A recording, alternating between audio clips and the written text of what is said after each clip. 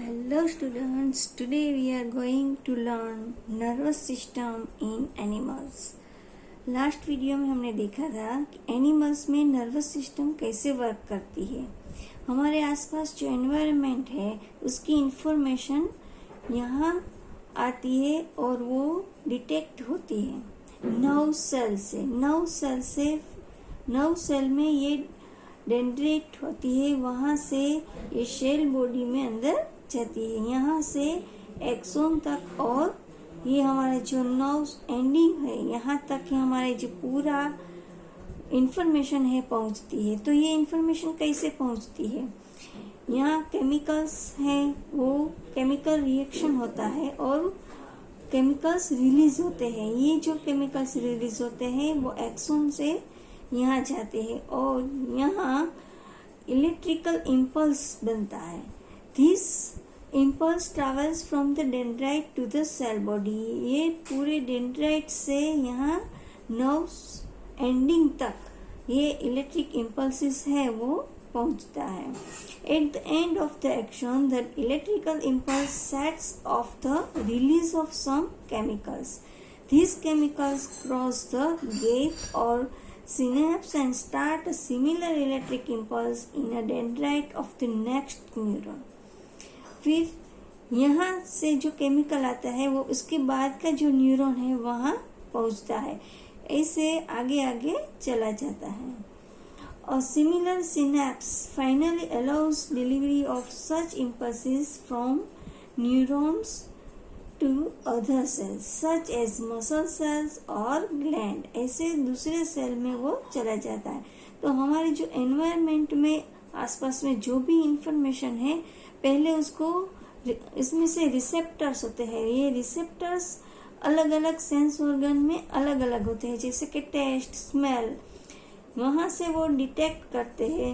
ये nerve cells में इसलिए डेंड्राइट होते हैं, वहाँ केमिकल रिएक्शन होता है और केमिकल रिएक्शन से वो इलेक्ट्रिक इम्पल्सिस रिलीज होता है और ये पूरे ऐसे हमारी बॉडी में आ जाता है.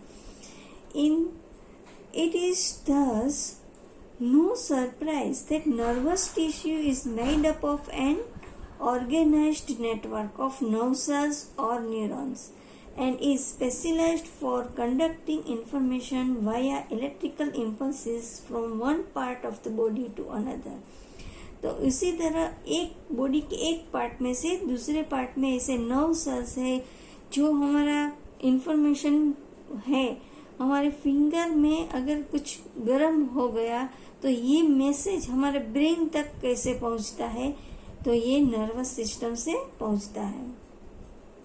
Look at figure 7.1a and identify the parts of neurons where information is acquired, through which information travels as an electric impulse, and third, where this impulse must be converted into a chemical signal or onward transmission. तो ये figure बहुत ही important है, आपकी exam के लिए भी बहुत ही important है. ये फिगर याद रखना है और उसके जो पार्ट्स है वो भी आपको याद रखना है. Then, is there a difference in how sugar and food taste? Is your nose is blocked? If so, why might this be happening? Read and talk about possible explanation for these kinds of differences. Do you come across a similar situation when you have a cold? जब आपको सर्दी होती है, आपका नाक बंद हो जाता है, तब आपको फूड का कोई भी टेस्ट नहीं आता, कोई भी स्मेल नहीं आती. तो ऐसा क्यों होता है? तो ये आपको सोचना है. Now next, what happens in reflex action? Reflex action, हम जब कोई भी एक्शन करते हैं तो उसका रिफ्लेक्शन आता है. तो ऐसे एक्शंस क्यों होते हैं वो हमें देखना है. Reflex is a word we use very commonly when we talk about some sudden action in response to something in the environment. We say, I jumped out of the way of the bus reflexly, or I pulled my hand back from the flame reflexly, और I was so hungry, my mouth start watering reflexly. What exactly do we mean? A common idea in all such examples is that we do something without thinking about it or without feeling in control of our reaction.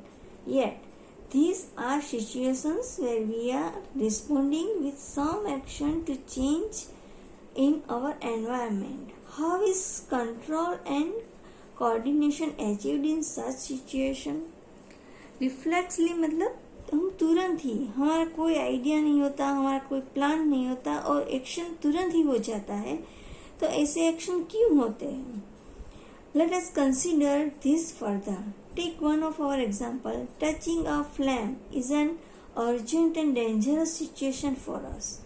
हम अगर flame को touch करें तो वो बहुत ही dangerous है. In fact, for any animal, how would we respond to this? One seemingly simple way is to think consequently that about the pain and the possibility of getting burned. सबको ये पता है, सब एनिमल्स को पता है कि यहाँ फ्लेम के पास जाना बहुत ही डेंजर है और पेनफुली है. And therefore move our hand, और तुरंत ही हम हमारा जो हैंड है वो तुरंत ही बैक ले लेते हैं, मूव कर लेते हैं. An important question then is, how long will it take us to think all this? The answer depends on how we think. If nerve impulses are sent around the way we have talked about earlier,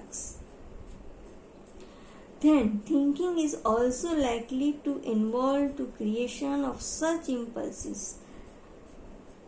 Thinking is a complex activity, so it is bound to involve a complicated interaction of many nerve impulses from many neurons. हम जो सोचते हैं वो मतलब thinking is a complex activity, बहुत ही complex है. हम सोचते हैं तो इसका जो रिएक्शन है, हमारे ब्रेन में कितने सारे केमिकल रिएक्शंस होता है इसमें. तो जब हम फ्लेम के आगे हमारा हैंड है वो चला जाता है, तब हम बाद में हम सोचते हैं, फिर हमारा ब्रेन है उसको मैसेज करता है हैंड वापस ले लो.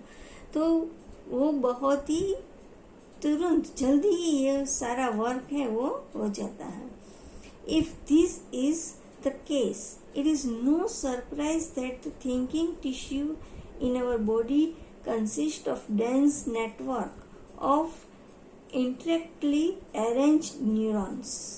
ये जो पैराग्राफ है बहुत ही इम्पोर्टेंट है, मेन है इसमें कि हमारा जो थिंकिंग है वो कैसे करते हैं और ये रिफ्लेक्स एक्शन है वो कैसे होता है. इसके लिए ये मेन और इम्पोर्टेंट टॉपिक है. If this is the case, it is no surprise that the thinking tissue in our body consists of dense networks of intricately arranged neurons. It sits in the forward end of the skull and receives signals from all over the body which it thinks about before responding to them. हमारा जो body है इसमें dense network है, पूरा network system होता है. Brain के साथ सब बॉडी पार्ट्स का जो है टिश्यूज वो जुड़ा होता है. Intricately arranged neurons. It sits in the forward end of the skull and receive signals for all over the body, और बॉडी के सारे पार्ट्स में से वो मैसेज रिसीव करता है. Which it thinks about before responding to them, और उसको जो रिस्पॉन्ड करना होता है इससे पहले वो थिंक करता है. Obviously, in order to receive these signals, this thinking part of the brain in the skull must be connected to nerves coming from various parts of the body. हमारा जो थिंकिंग पार्ट है वो brain का जो thinking part है वो भी connected होता है नर्व्स के साथ, क्योंकि जब भी नर्व्स इंफॉर्मेशन देती है तो तुरंत ही थिंक करके हमारा ब्रेन है वो तुरंत ही उसको मैसेज सेंड कर देता है. Similarly, if this part of the brain is to instruct muscles to move, nerves must carry this signal back to different parts of the body, और ये मैसेज है पूरे बॉडी पार्ट में पहुंचा देता है. If all of this is to be done when we touch a hot object, it may take enough time for us to get burned. How does the design of the body solve this problem? तो ये problem है कि ये तो बहुत ही time लगता है, तो वो प्रॉब्लम का सॉल्यूशन क्या है? Rather than having to think about the sensation of heat, if the nerves that detect heat were to be connected to the nerves that move muscles in a simpler way, वो muscles में जो nerve cell होते हैं उसको detect करते हैं, उसके द्वारा वो डिटेक्ट हो जाता है. The process of detecting the signal of और the input and responding to it by an output action might be completed quickly. और ये जो पूरा काम है मैसेज रिसीव करना, वो बहुत ही कंप्लीटेड हो जाता है, झड़प से कंप्लीट हो जाता है. Such a connection is commonly called a reflex arc. Where should such reflex arc connection be made between the input nerve and the output nerve? जैसे कंप्यूटर में होता है ना इनपुट और आउटपुट, वैसे ही हमारे ब्रेन में होता है. इनपुट मतलब मैसेज ब्रेन में एंटर होना, और ब्रेन जो मैसेज देता है वो आउटपुट नर्व है. The best place, of course, would be at the point where they first meet each other. Nerves from all over the body meet in the bundle in the spinal cord on their way to the brain. मतलब जो हमारे body parts के nerve cell है, उसके जो information है वो हमारे ब्रेन तक पहुंचने से पहले हमारे स्पाइनल कॉर्ड में होता है वो कनेक्शन. यहाँ से तुरंत ही हमें वो मैसेज आ जाता है, मतलब ब्रेन तक पहुंचता नहीं है. Reflex arcs are formed in this spinal cord itself, although the information input also goes on to reach the brain. तो ये जो इंफॉर्मेशन है reflex arcs are form in this spinal cord, spinal cord में ही ये reflection arcs हो जाती है. Although the information input also goes on to the reach brain, brain तक ये पहुंचता है मैसेज, लेकिन वो सेंडिंग मैसेज है वो स्पाइनल कॉर्ड से ही तुरंत आ जाता है. Of course, reflex arcs have evolved in animals because the thinking process of the brain is not fast enough. Reflex arcs have evolved in animals. Animals में भी यही प्रोसेस होती है. Because the thinking process of the brain is not fast enough. इतनी fast नहीं होती है thinking process जितनी ह्यूमन बीइंग्स में है. In fact, many animals have very little or none of the complex neurons network needed for thinking. So, it is quite likely that reflex arcs have evolved as efficient ways of functioning in the absence of true thought processes. Many animals have very little or more of the complex neuron. कोई animals, बहुत सारे animals ऐसे हैं जिसके पास बहुत ही कम और ऐसा कहो कि है ही नहीं वो न्यूरॉन्स नेटवर्क नहीं है नीडेड फॉर थिंकिंग के लिए, क्योंकि एनिमल्स ह्यूमन बीइंग्स जितना वो थिंक करता है उतना वो एनिमल्स नहीं करता. So it is quite likely that reflex arcs have evolved as efficient ways of functioning in the absence of true thought processes. However, even after complex neural networks have come into existence, reflex arcs continue to be more efficient for quick response. तो human beings में वो ज़्यादा reflex action हो जाता है, ज़्यादा speedy होता है, रिस्पॉन्स है वो क्विकली मिल जाता है. Can you now trace the sequence of events which occur when a bright light is focused on जैसे कि हम देखते हैं कि अगर सन के रेज ब्राइट हमारे आंख में गिरे तो तुरंत ही हमारी आंखें बंद हो जाती है। तो ये क्या है, one type of reflex action.